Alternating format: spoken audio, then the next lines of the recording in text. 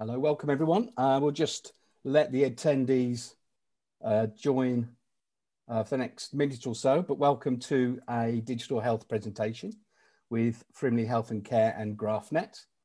The room's filling up nicely, so I hope you're having a lovely Wednesday. It's December the 2nd, so for some of us we are now out of lockdown, so I hope life gets back to normal for you all a little bit. People are still coming in, so do bear with me. I'm Neil Hadland, and I'm the Head of Events for Digital Health. So I'll be chairing this session for you. So we'll just wait a couple of more minutes for people to arrive. Thank you for joining us, by the way. And John has arrived, which is great. So we'll just wait for a few more attendees to come in.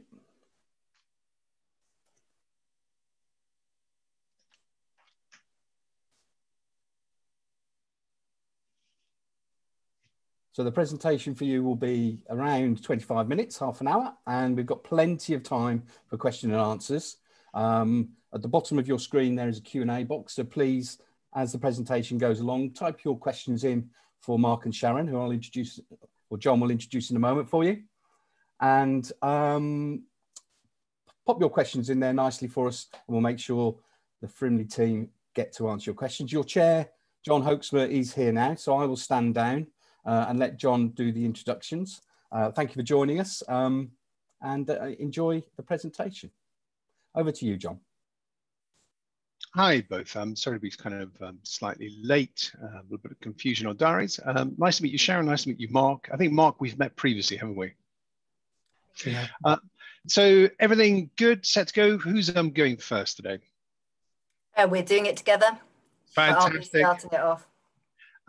Cool. So if you're ready, shall we make a start and invite people in? Yep. They're in already. Great. Hi, everyone. This is John Hoaxmer from Digital Health. Welcome to Wednesday's Best Practice webinar. Apologies for those of you that I've kept waiting. Unfortunately, a slight diary mess up on my part. I promise it won't happen again. Really good webinar today, extremely kind of interesting one. So let me read the kind of introductory kind of blurb. The focus is using data to produce actionable insights and target transformation efforts across health and care systems. Sharing information and using that shared information to make complex decisions has never been more critical for the NHS and care providers. Join us in this webinar where Mark Sellman, CIO, and Sharon Boundy, Associate Director for System Transformation at Frimley Health and Care ICS, will share their experience of leveraging population health intelligence during the pandemic. They'll discuss how an integrated data set consisting of the connected care shared record and national and lifestyle data sets is being leveraged to deliver more targeted, integrated, and proactive care. Learning points will be monitored COVID transmission, identifying vulnerable patients and cohorts, and generating lists to target community-based interventions through a virtual ward. As ever, hoping for lots of kind of interactivity, and the way to do that is to put your questions through using the Q&A tool, which should be at the bottom of your screen. You can also upvote questions that others have asked, or even your own questions if you think it's a particularly good one, and we'll put them to our presenters. So Sharon and Mark, once again, apologies for starting slightly late. So over to you. Thank you. I'll just wait for Mark to share the screen. There we are. I'm hoping, John, that everybody can see that. Perfect. Okay, so there's the title slide. It's a long sentence for us to go. I'll just introduce myself. So I'm Sharon Boundy, Associate Director for Transformation for our ICS. I have a clinical background. I've only been in digital a couple of years. We're interested in mainstreaming our digital programs, so having our technicians work with our clinicians in a system way. Mark is our CIO for our ICS, and we're going to do this together. So I'm going to do the first few slides. And then we're going to dive into the dashboard. So be really clear, you might think you're looking at a slide, but you're not, you're looking at live dashboards. We do have a backup. Sometimes it's difficult to do that through Zoom, but hopefully it'll be a seamless experience and you can see the agenda in front of you. We are at a place of being able to action quite a lot of our population health now. So we've picked mental health as an example of something we're doing around how we recover after the pandemic for those people who've lived through a pandemic but maybe not actually caught COVID themselves. But we have got other examples. We just won't have time to run through it all. Next one, Mark. So for those of you that aren't aware, this is the footprint of Frimley Health ICS and Berkshire West ICP. The reason that we've got the both is that we run our connected care programme across both footprints. So that's about 1.3 million, 1.4 it says on here. As you can see, 139 health and care organisations, if you include all those individual GP practices. We have 2 acute trusts, 1 in each patch. And you can see the councils down the side and the community trusts along the bottom. In the connected care programme, if you move, oh, and there's a small, Mark's helpfully got the icon. There's a small graph just in the middle there randomly that show you the sort of record access. So we run a shared care record programme across both ICSs, and we're up to nearing the 30,000 accesses a month now for our healthcare professionals. Moving on, Mark. You can come in at any point, Mark. No, you're doing a great job. This is the technical slide that shows you the sort of information that we're sharing in our shared care record. And I will go on a little bit further to talk about how we structure our programme. These slides that we're sharing now will come out to you. So this is, I won't dwell on them. It's very tiny on your screens probably. But the idea of our shared care record is not to integrate every bit of information everywhere, but to integrate the most important things for clinicians to see at the point of care, presuming that they know nothing about the patient. And the important bit of this for our presentation today is the additional data set, slightly awfully mustardy box that you see on the right. That says the additional information that we have loaded up into our shared care record in order to enable our clinicians and professionals to work through COVID. So we've got sit rep information, we've got COVID positives, we've got shielded patients. We have workforce information, which was really critical in phase 1 and is proving to be more so in phase 2. Some of this is directly into our intelligence platform. And we have also flowed through anticipatory care plan information, and we did the clinical work to integrate that with our palliative care plan before we did that, and that might be of interest to some of you. Anything else to add there, Mark? I think just to say that the work we're doing with GraphNet is using the infrastructure that a shared record provides, incredibly important for direct care frontline staff seeing information at the point of care for a patient or resident. But that infrastructure then enables us to bolt on things onto it, linked by an NHS number, which is where population health and system analytics really comes into its own.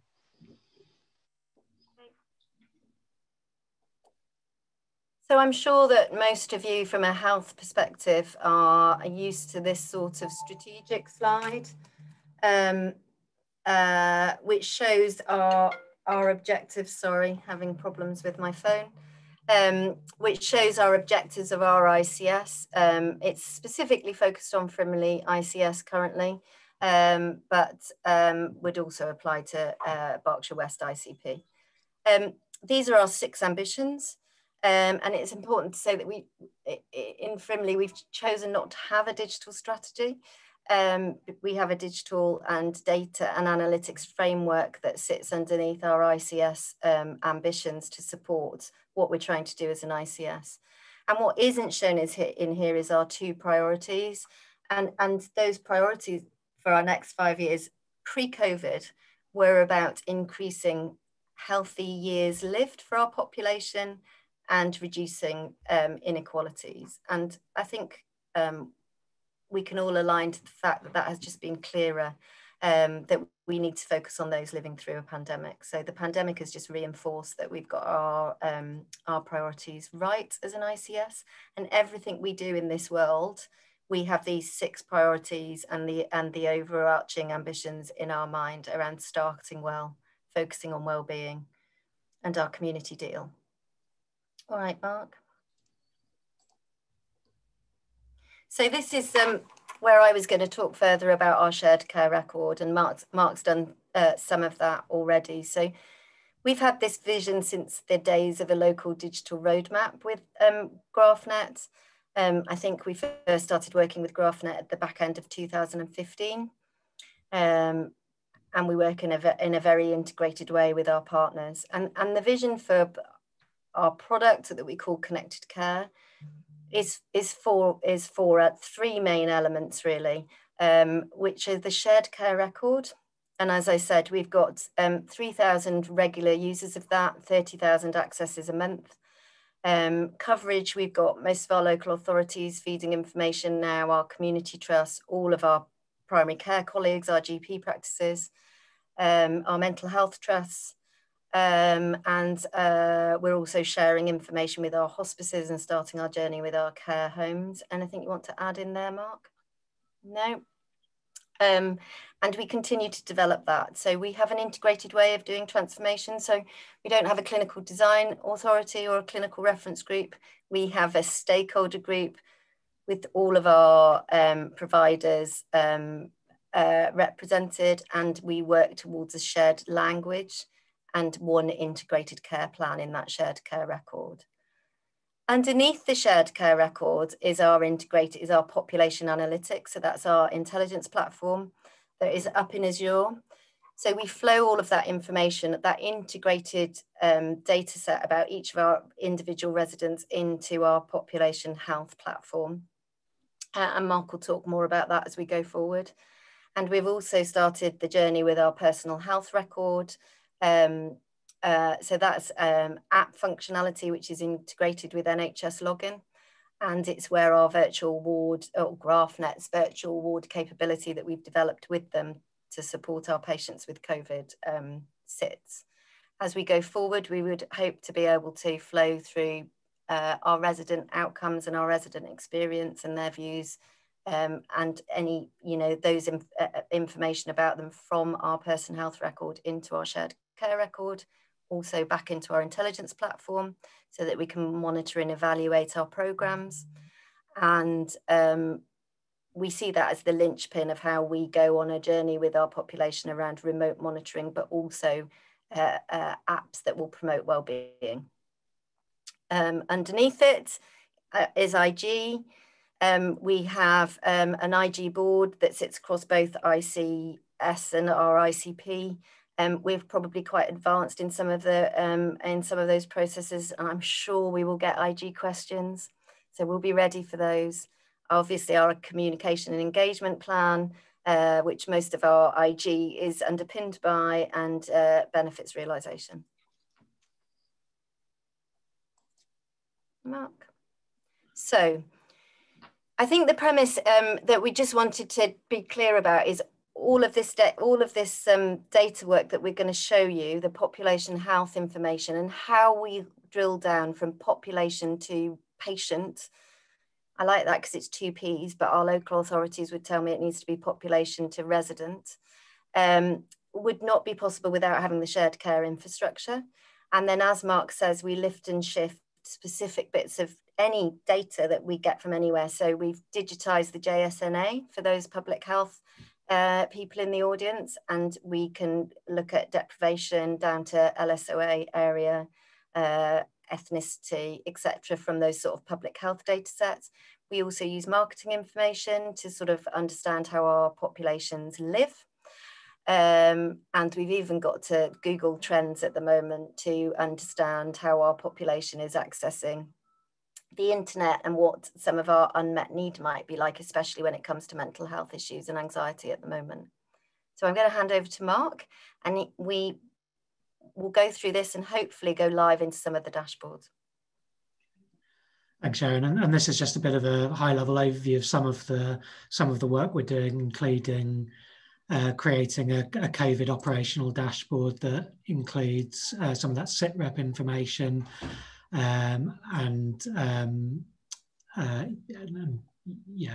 we've also been doing work on activity, early warning systems, cancer, and just two of the examples we're going to go through. One COVID specific and one looking at some of the mental health and that side of things. So if the technology works, we will use dashboards. So guys, this is the dashboard that you're looking at now. I don't know whether Marcus, one of the owners of GraphNest, is always telling us we do not make it clear enough that we're presenting directly from a dashboard. So there you go. So the first thing we've been asked to do in our systems is to look at transmission levels of COVID. So this is just an example of using nationally available data to hone in on a particular area of focus for us. So looking at Frimley, we've got fairly well clustered low growth transmission over here, but we've got one outlier in Slough where they have much higher rates than the rest of our ICS. And that's evidence. Some of you may know. Evidence by the tier 3. Yeah. But this is because it uses nationally available data. We've built it so that we can look at any ICS area. So we hear a lot about Kent. So if we wanted to see how our ICS compares with Kent, we can do that. And happy to share this with anyone because this is nationally available, so you can use this for your own area. We've built it. This has been useful context for our execs because yes, Slough is an outlier, but in comparison to Swale and Medway, it's a different sort of gravity of situation in those footprints. So we know about we have an understanding of our transmission and how that correlates with region or national. Using the shared record, we're able to go a step further. So Sharon, interject, but I'm just going to go through each of the sort of components.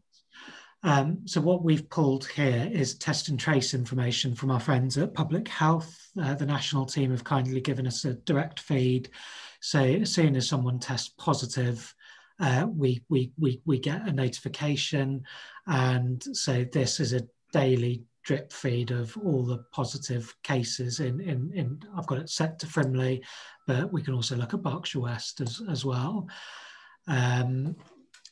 We can also see, because of the feeds we've got in the shared record, whether those individuals are at home, are in a bedded setting in Wexham or Frimley, are 2 acute, or Royal Berks are 3 acute sites, or BHFT, our Community and Mental Health Trust. We can also see if those people are in care homes. We're able to break it down in a sort of a wide variety of characteristics, including sort of age, ethnicity. I've got here the breakdown of all the positive cases broken down by age, but we could also look at things like deprivation. We can ethnicity and a whole variety of stuff within that. Other bits of interest, we can see whether we've got a disproportionate number of multi-generational households or numbers of people living in a household shielded, and positivity rates, which are all useful. Just linking back to the previous early warning system, we've identified within our ICS an issue in Slough.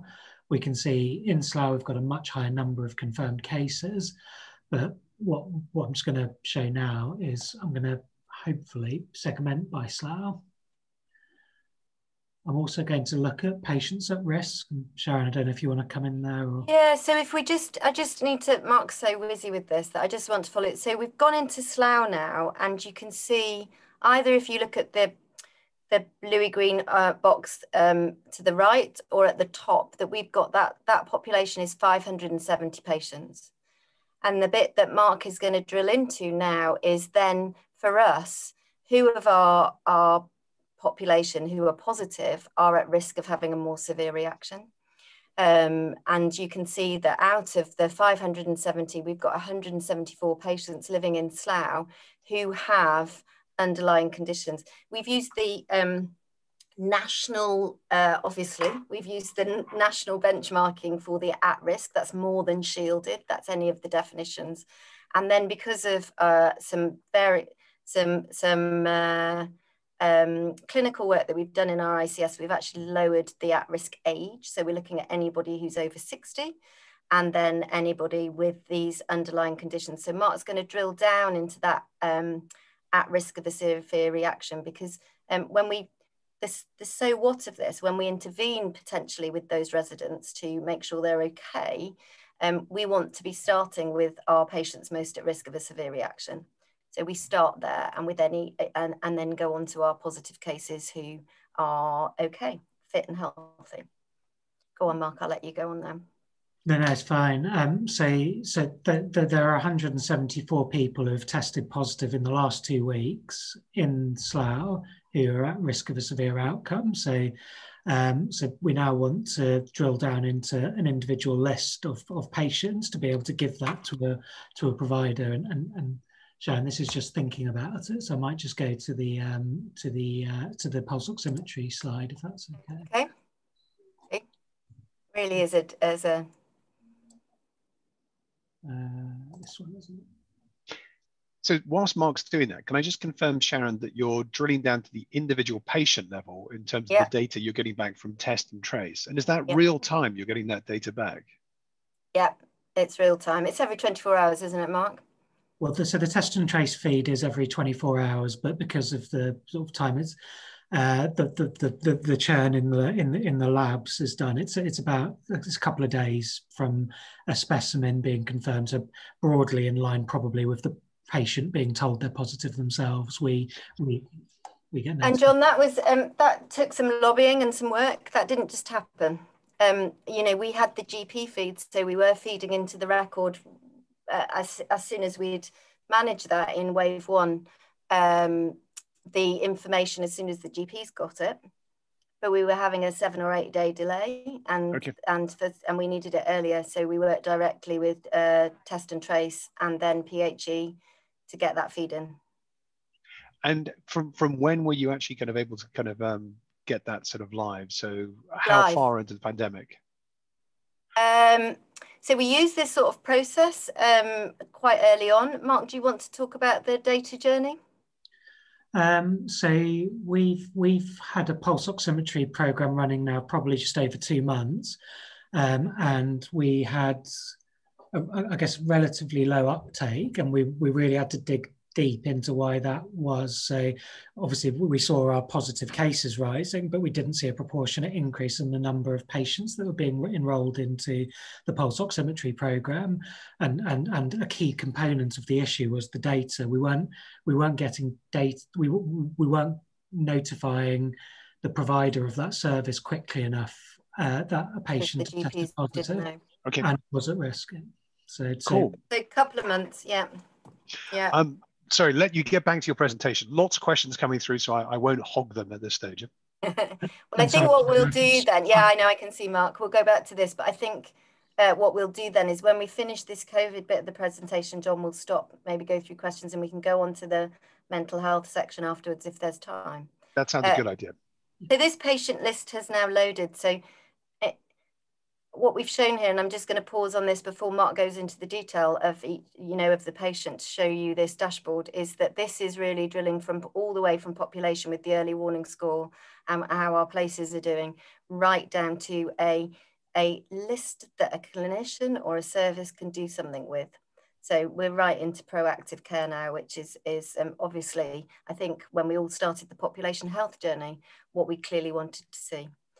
Mark, I'll let you start talking through a patient. I think you've done it really, Sharon. So I think it's a list of patients.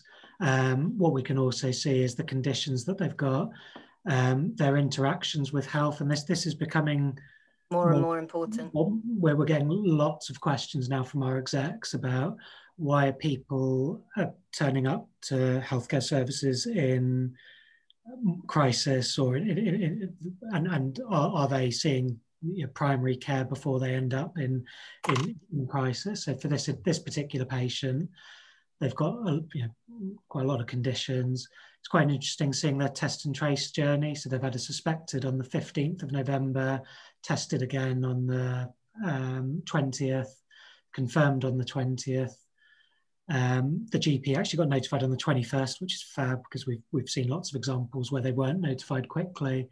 But interestingly, they were suspected in the out of hours And so lots of different touch points with health, which is useful. And this patient, having been tested and confirmed on the 20th of November, and with that condition set, will have been enrolled in our pulse oximetry program. So that list that you've just seen, and we'll go into it in a minute, produces a candidate list. And what we've done, and obviously there have been lots of IG hoops to jump over, which we've done across our executive in our ICS and with our Cold Guardians and our CIROs, is that we have agreed to give the candidate list directly to the provider of the pulse oximetry, whoever that may be. So they are not waiting for a referral in. And that was a significant jump in terms of actionable insight. So we're going to talk about SLAU because pulse oximetry, obviously from, when was it? The 1st of December went national, but SLAU was one of the 3 national pilot sites for NHSE. So that's where we started. And we know that we have lots of risk determinants in SLAU for our population. So it was really important for us as an ICS. So you can see a few things here. You can't see the charts, but I can tell you 59.5% of our population in SLAU live in deprivation deciles 2 to 4. Our public health colleagues know that, but we can, get all the way down. SLAU is significantly more densely populated than the rest of Frimley ICS and has significantly more larger households. So we know that people aren't able to isolate. And there is significantly higher prevalence of hypertension, obesities, and diabetes, which are obviously all risk factors for severe reaction to a COVID diagnosis. There's a bit about Frimley Health and Care ICS in the top right. I've gone through that already. And then there are the 3 steps of our program, which was preventing the spread. So knowing where people are and what we need to do. Proactive medical prevention and early warning for suspected and confirmed COVID patients, the pulse oximetry program. And that's what we're going to take you through now. Mark, can you jump down? Yes. Look at all these slides we've got for you guys. And this is how our digital infrastructure and being so integrated, the shared care record, integrating with the person health record, integrating with the intelligence platforms, allows us now to do some really exciting things when we're looking at a specialism, and we'll take COVID as a specialism there. So the virtual ward, as GraphNet have termed it, sits within our person health record. It's an app. It's available on all your normal app buyers. If you just go back up, and you can see, and it'll be very tiny for you, but these slides will be coming out in the top left box, what that app looks like for the patient. This is not a medical device, so it's supporting our pulse oximetry program, where our out of hours provider for SLAU rings the residents once a day to take their oxygen readings with them. And we've obviously already previously delivered out the pulse oximeter to those patients. But if they want to use an app for self-recording, they can. And obviously one of our key priorities is to support our residents knowing themselves and supporting themselves. So it allows them to be active in the program. That flows through into the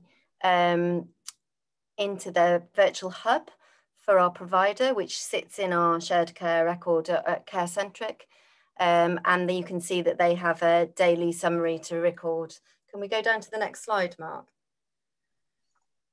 So this is the sort of PHR readings that you'd see, the history that you'd see from the patient in the virtual hub for those people providing this service. And there are a lot of apps out there for remote monitoring. So I don't think this will be particularly surprising to you. It's sort of the value add an integrated program can bring to that. So next slide down. And this is where we get a bit clever really. So you can see the remote monitoring COVID diary, but to the right there, you can see that the virtual list that we showed you in our population health platform, we can now repopulate directly into our provider as a candidate list of the patients that they then enroll onto their screen to watch their virtual readings. And we haven't got a slide about this, but the next thing, which I'm really excited about for direct care, is that when those oxygen readings are being monitored within the virtual hub, we can then flow that information back into the shared care record. So if one of those patients on pulse oximetry arrives at A&E at 3 a.m, the doctor who's reviewing them will be able to see what their O2 sats have been doing in the previous days. And I think that's going to make a big difference for the speed of decision making at our front doors. You want to move on, Mark? I think we're down into, I think that's it. So I hope that we've shown you for COVID, and we can pause for questions here, John, if you want, how we actually have moved from knowing our population to actually the so what of that. That's great. Thanks for kind of taking us through that material. Really, really interesting. And we do have quite a few questions. So let's leap into those. Let me just go back a little bit. Okay, so first one I already asked, but I'll just kind of put it because it came in from Ash. How real time is the data? Surely you would have a slight delay to ingest the data. Please could you advise how you've achieved that? So we have a bit of a mixture. So the admission information, so if someone in a bed comes through a live HL7 feed, so that's about 15 minutes. The primary care data is 24 hours and test and trace is 24 hours, and that processes overnight. That's great, thanks. Mark, next question coming in, also from Ash. Have these dashboards been created by the Trust team or ICS team in this case, or did you have external consultants come in to support you building the dashboards? So it's a bit of a mixture. We've worked closely with GraphNet, so they've helped with some of the infrastructure and for instance, providing the provider view of the candidate list. The other dashboards we've created within our own team. We do on occasion have consultancy support, but we never hand off a full program. You know, we need to keep the learning with our analysts and with our transformation leads. So the screens that you were showing, the dashboards COVID-19 mixed with your kind of pop health data, that looks like it was, as you say, Sharon, didn't happen overnight, and the data fairies didn't just kind of build it for you to find in the morning. So can you just give a bit more detail about what was entailed to do that, what sort of timescales it was involved, and any tips for anyone else that wanting to follow in your footsteps? So technically or transformationally? Should we start technically? Yeah, let's do both. So I guess the infrastructure, like I said, it doesn't happen overnight. The infrastructure, the planning, the thought about how all that came together has evolved over years, to be honest. You know, the having the confidence in our data controllers to share data for this type of purposes. So a lot of it is around trust and relationships that we've built up.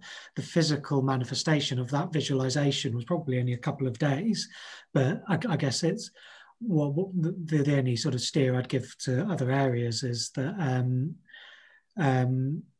the dashboard, the technical bit is the easy bit. It's all the other components that are complicated, but not everyone has to start from scratch. There's lots of people that can do this type of stuff, and it's partnering with people like that. And you know, there are starting to be some quite strong collaboration channels in the centre for analysts to link up and support each other.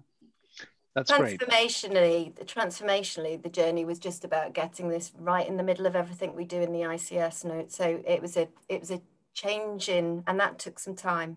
You know, that this is enabling everything that the ICS does. It's not a separate digital program run by IT folk. And I, you know, deliberately, you know, we've mixed that up, and that's, and analytically as well, getting our analysts who working with us, and we do just have a couple, 3 in our ICS who work on this top down and then merge with analysts from provider organizations so that we get that population to patient all of the time. That's great, thanks both. Next question from Harry Weeks. And is all the data coming from testing, or are some factors coming from linked data? I'm afraid I'm not sure if things like household size are being collected at point of testing, for instance. So that's blending of the data. That's our data that we have through our public health and also through our shared care records. So we can, and that's working through size of households using proxies. So how many people have we got at the same address and what's the age range? Do you know? So we can see whether we've got a multi-generational household, and we can see how many are in that house, 11, 15. And if you've got a 6-year-old and an 86-year-old, you know you're looking at a multi-generational household. The importance of that is also the location of the house and the density of that population in terms of the size of that house. I'm not worried about people in multi-generational households in the outer Berkshire in mansions. Okay. And coming on to everyone's favorite topic, what were the main challenges you have with IG? If you have any lessons learned from the IG aspects, what would be your top lessons learned and advice you'd give to help overcome IG challenges? Again, I'm assuming that this wasn't just kind of something that happened overnight. You've been working on this a while. Yeah, and I guess it does, for me, get down to trust a lot of the time. So obviously you need to have really, really strong mechanics and assurances to make sure data is used appropriately. But I think, you know, the way that we use GraphNet makes that quite straightforward. What we've done really is to show our GPs, other colleagues, that this is the type of application of the data, and generally they've been very supportive. So we're now in a place where if we distribute 150 information sharing agreements within a week or two, we've got all of them signed up, which is great. I think we went on a rather long journey involving solicitors, consultancies, QC reviews, but at the time there was very fragmented advice. Now I think through NHSX they've got more of a, here's a pack of stuff to make sure you've got the mechanics right. What I think us as local systems have to do is to build confidence and trust in what we're going to do with that data and take people on the journey with us. And there is some governance to that. So we have set up an IG board, which all our IG leads sit on from every organisation, and the CSU that's chaired by the LMC. That was deliberate. And for our GPs, and we have our GPs that feel passionately about IG or are least compliant or are least generous. You know, when we have the difficult discussions there, and we work on a use case basis, which the QC verified, so that everybody in our system knows that we're just not suddenly going to take their data and use it for a different application. You know, those we don't always have to sign up to a new ISA, because our sharing agreements are about direct care or secondary uses. But we do put every use case every time through our IG board that both Mark and I sit on, and woe betide us if we try to do something without getting it through that board.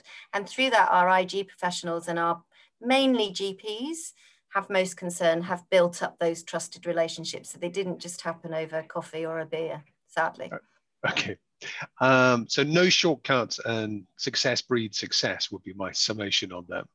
And lots of chatting about it and socializing in fairly informal situations at times. Always being able to show the so what, I think, is where the transformation comes in and the trust comes from. So more questions, and then I think you've got some more presented material on the mental health work. Is that correct? If we don't have to, we have that there in case there's more interest. We can just keep going with the questions if you want. Yep, let's keep going. So next one in from anonymous attendee, good old Anon. How will the dashboard develop going into the future, considering Frimley is going to implement a new EPR system? Would these dashboards link to the new EPR system? I think Frimley's got chosen Epic, hasn't it?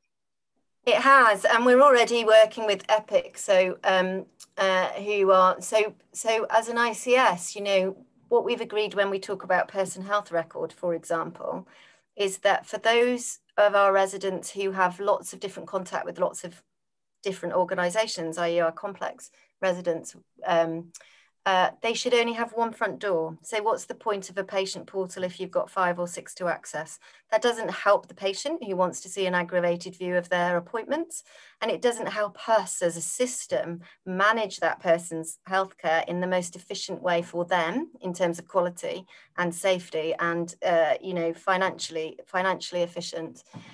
So we effectively see because Epic is the new thing in town for Frimley Health, but you know, we've got Rio and Serverlac in our BHFT, we've got EMIS being the main provider for our GP records. So we see them all integrating together into that GraphNet product.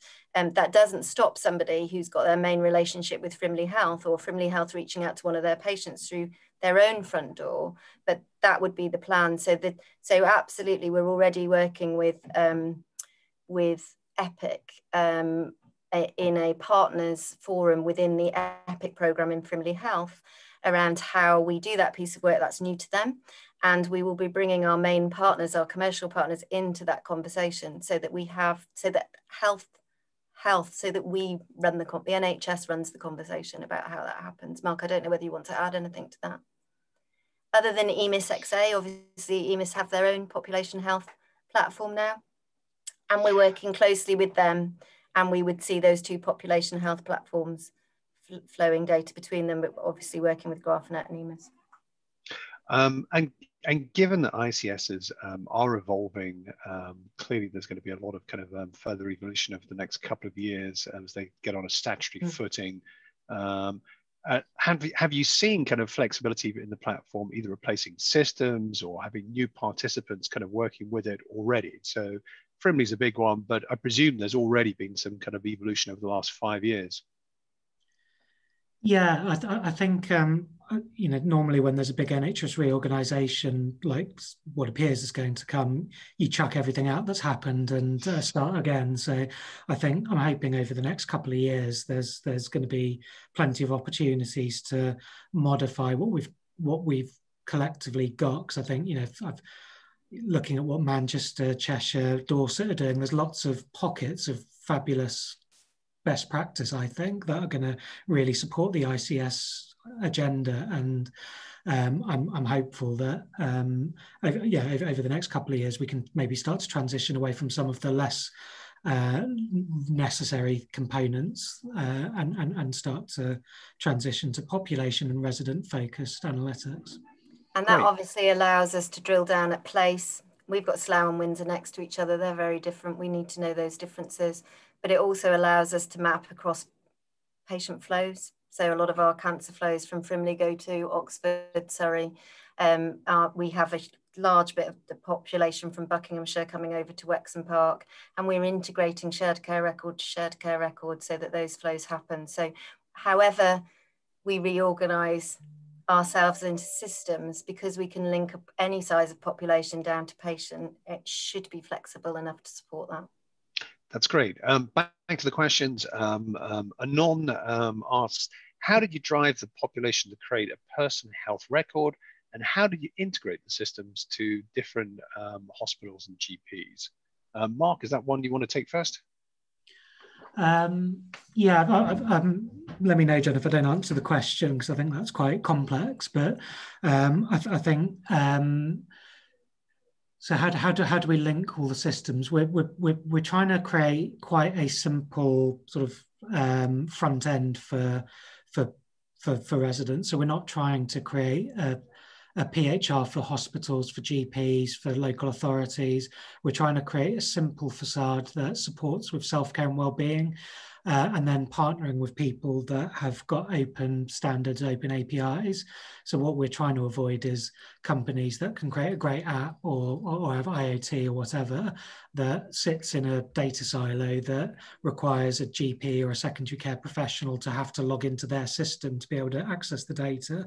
We need to do better than that. And, you know, as the example earlier, we want a Frimley professional to go into Epic and be able to see the bits of the information from wherever in a structured, intelligent way to support the professional. Cool. I'm just hoovering up some questions that have come in during the chat. People like to keep us on our toes rather than put them through Q&A. So there's a few I just want to run through. Ian Bennett asks, have you encountered any issues when NHS number is not present How have you combated this? That's a very combative term.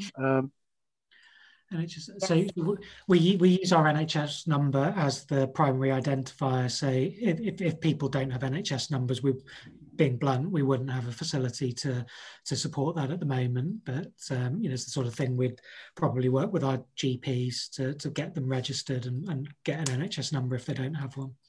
Cool. Next one from Dominic Fox. Dominic asks, what process did you have to go through to get the COVID positive test data from PHE?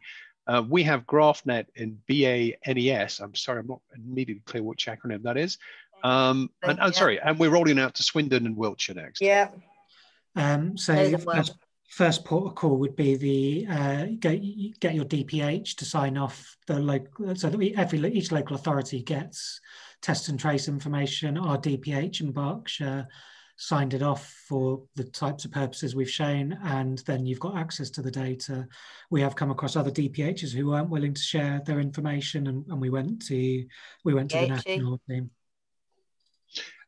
Cool. Dominic's sort of posted another question, and Dominic, no need to apologize. It was me not knowing the acronym straight away. He asked, is your PHR GraphNets my care centric? Yeah. Yeah. Cool. I suspect Dominic's going to be following up with more of this to follow. We have a couple more questions, and there's definite interest in the mental health piece from Aaron Prasad. It says, yeah, I'd like to hear more about the mental health component, so let's leave some time for that. Another kind of one is more by way of fan mail. OMG, how fantastic is this? So Mark, good that your team, Mark, good that your team's on the webinar today. Sean Key asks, going back to the IG questions, on IG, will elements of the dashboard need to be dismantled or rebuilt when COPE/COVID data sharing regulations end, or will this style of working live on afterwards? Yeah, so our IG professionals have been real pains because they've said, let's try not use COPE. I'd say all the use cases we've built, the legal basis hasn't relied on COPE. The only place we used COPE was we did have Frimley Park, no EPR. We wanted to really push access to our shared care record over the web, and we wanted to do that on a ward by ward basis. So we used COPE there to push it. We have several principles of our program. One is that it needs to be usable. So we hadn't pushed that pre-COVID. We now have 3,000 accesses. No, it's more than that, isn't it? 6,000 accesses a month for Frimley Health. So we've done that well. And we used COPE for some of those wards that had generic signups. We were really pleased that a lot of our wards came back and said they didn't really want that, and they wanted to go to individuals. So we don't use COPE for any of it now. Cool. Going back now to some of the first questions that were posted. So thanks everyone for your patience. Therese Corey says, how do you collect and unify all data relating to a patient's care and ensure it is all in a format readable and analyzable by software tools like AI and business intelligence? So what I'd say we've done is we've got we've got a core infrastructure built off our shared record, and a principle we've taken is if it's good enough to bung in front of a professional in A&E, it's probably good enough to do a bit of analytics on the top of it. Because everything's linked by NHS number, if we need to supplement that and all the stuff Sharon's going to touch on from mental health, a lot of that wasn't in the shared record. We've had to bolt on extra feeds from mental health providers or other settings. So, but the data model that we've got enables us to do that in quite an integrated way. If we'd had this webinar 12 months ago, every individual piece of work was very labor intensive because you had to build everything from scratch, whereas now it's layering on top of that sort of some of those standards and single data model, which is really transformational for us. Cool. George, Dr. Brox asks, do you have connected health records, including telehealth records? Where are the telehealth records stored? Has everyone within your ICS access to it? So actually 3 linked questions there. Yeah, so when I say we're about to go on a journey about on remote monitoring, that's what we're going to do. So we do have some telehealth and some telecare in our ICS, different places. Hampshire is one of our councils, and they've done quite a lot of work around it, telecare. So we do have bits at the moment, other than the pulse oximetry, the SATs from GraphNet, it's not flowing into our shared care record yet. We're just about to start that journey where we, how I just have it in my head is anything that bolts into a PHR. So the PHR being the Star Trek Enterprise, and anything that can lodge in there. And that might be an app around social prescribing. We use Orca. It might be something that's remote monitoring, but we're just aligning our transformation workstream across our ICS to agree the clinical principles of that, what's important, the data principles, i.e. so the clinical importance are things like we won't be playing with companies that just do one subspecialty medicine. You know, here are all the virtual monitoring you need to monitor somebody with diabetes. Well, our patients don't come in that nice little box. So oxygen monitoring is oxygen monitoring, and blood sugar monitoring is blood sugar monitoring. And I, want to build something that can do all of that. But all the way, what's important to us is we don't over medicalize our population by doing too much monitoring. So all the way to, I've agreed with you as an endocrinologist that you're going to lose a bit of weight. And if you want, I can prescribe you this app, and your information will flow into me for the next 6 weeks so that we can have more informed conversations. And also as an empowered resident, I just want to see all of my apps and my Fitbit that I've got on my watch integrated into my PHR. And I know that professionals aren't going to be monitoring me on that. It's just for my use. So we're going to put it all together. And the first bit is getting the clinicians to agree. Then the data flows agreed. And then we work with technically in that space as well to get the technical principles. And that's every time we start something, that's how we work transformationally. Cool. One last question, and then I'm going to invite you to say a few words on the mental health. We've had another request for that. On the pulse oximetry piece you spoke about, what sort of stage are you at? Is it still very small numbers? How widespread is use so far? So we're monitoring about 150 patients in Slough today. We've split further behind, about 30 patients in Windsor. We've just gone live in Bracknell. And we're about to go live in North East Hampton, Farnham and Surrey Heath, Mark, and Berkshire West. Do you want to add into that? Berkshire West have made it easy for us by going with one provider. So that makes it really easy for us to get up and running. So I think within a week, we'll be monitoring the whole of our 1.4 million, not the whole of our one, but those who are positive and at risk, Okay. and working with them. That's great. Okay, so can I invite you to do mental health in 2 minutes? Well, you've got a couple of extra minutes because we started late, but yes, if you could. Yep. Okay. Do you want me to just really quickly touch on the high-level capability? Yeah. That we'll touch Can you do the system insights piece, and then I'll lead into mental health? Yeah. So 2 things to share. One is, so I guess everything we showed you had a very, very strong COVID lens, but underpinning it all is a population health tool. So across our 1.4 million patients or residents, we can break down by condition, activity levels, frailty, long-term conditions, deprivation, ethnicity.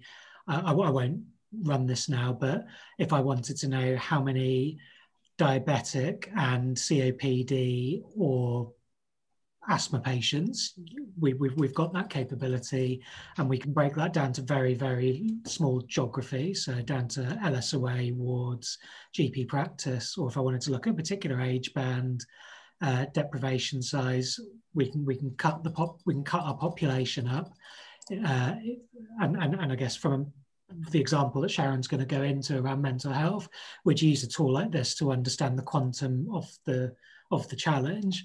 We'd then use tool, and this is something that GraphNet have built, which is fab, is a case finding tool where, having identified, say, a mental health challenge in, I don't know, in a borough in Windsor, we could segment the population by looking at Windsor.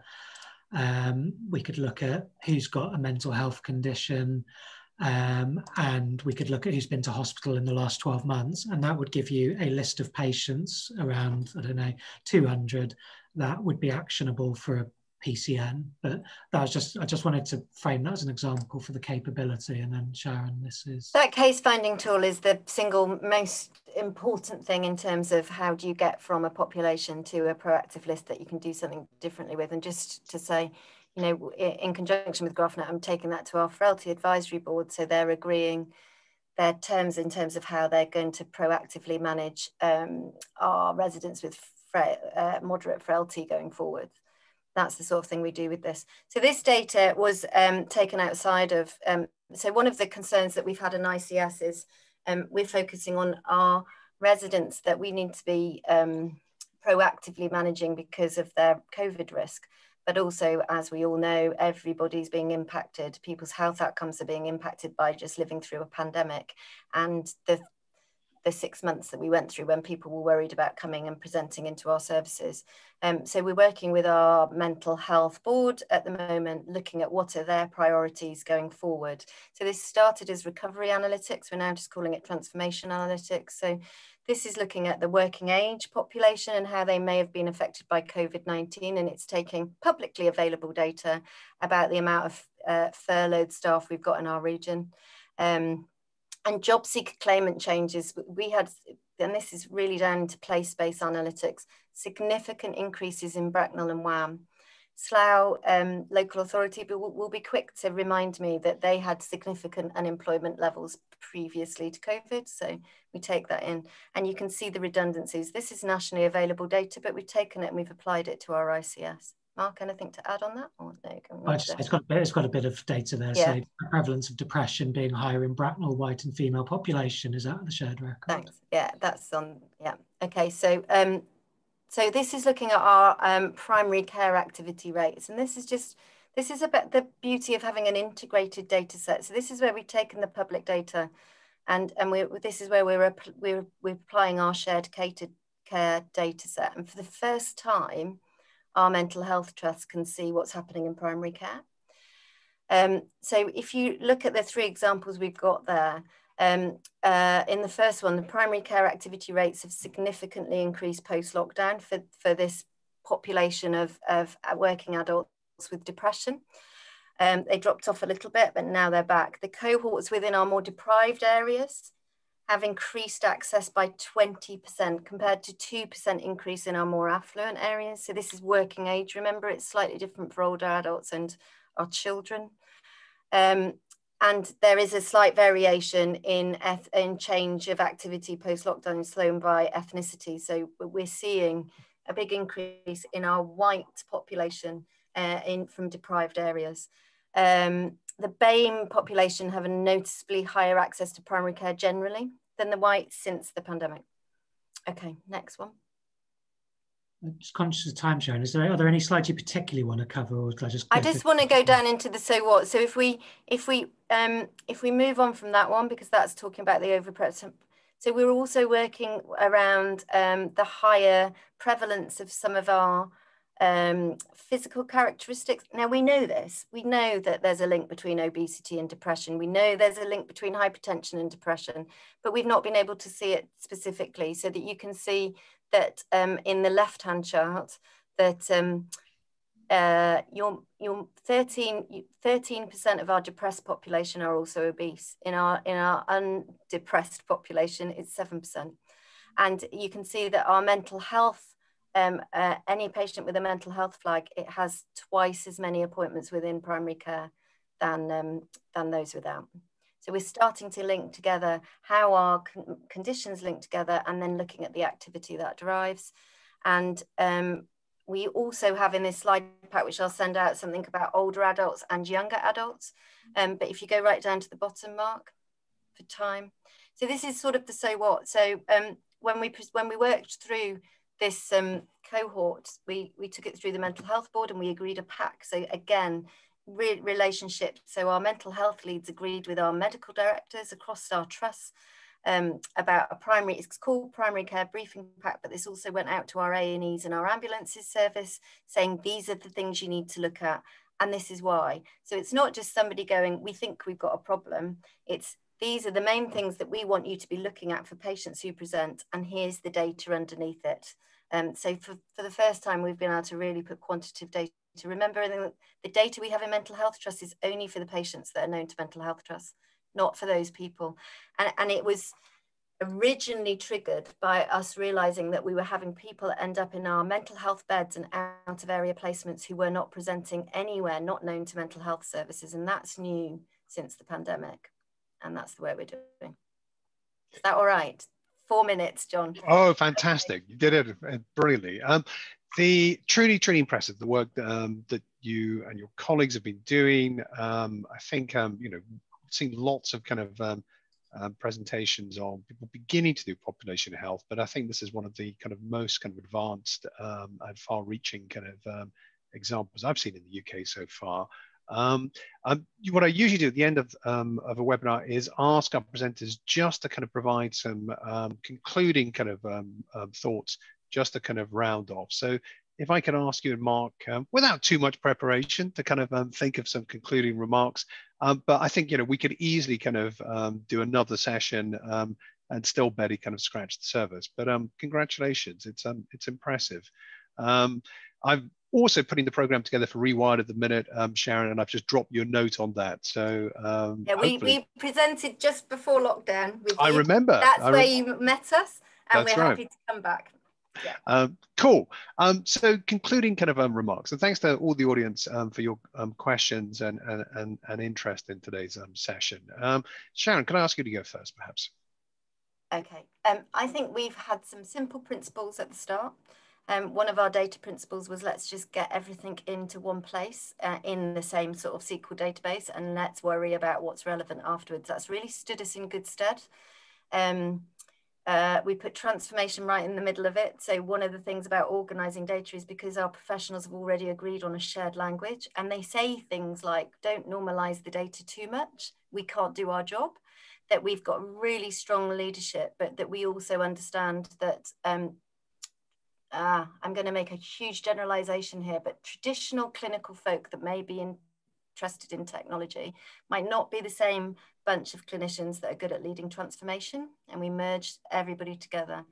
And the third thing I'd say was that the transformation methodology we've had is that we treat our digital and our analysts as subject matter experts in their own right, and we bring them together with our clinical folk, transformation folk, and operational folk. So we never get the technical and the clinical too far away from each other. We're always looking at feasibility and the so what clinically as we go.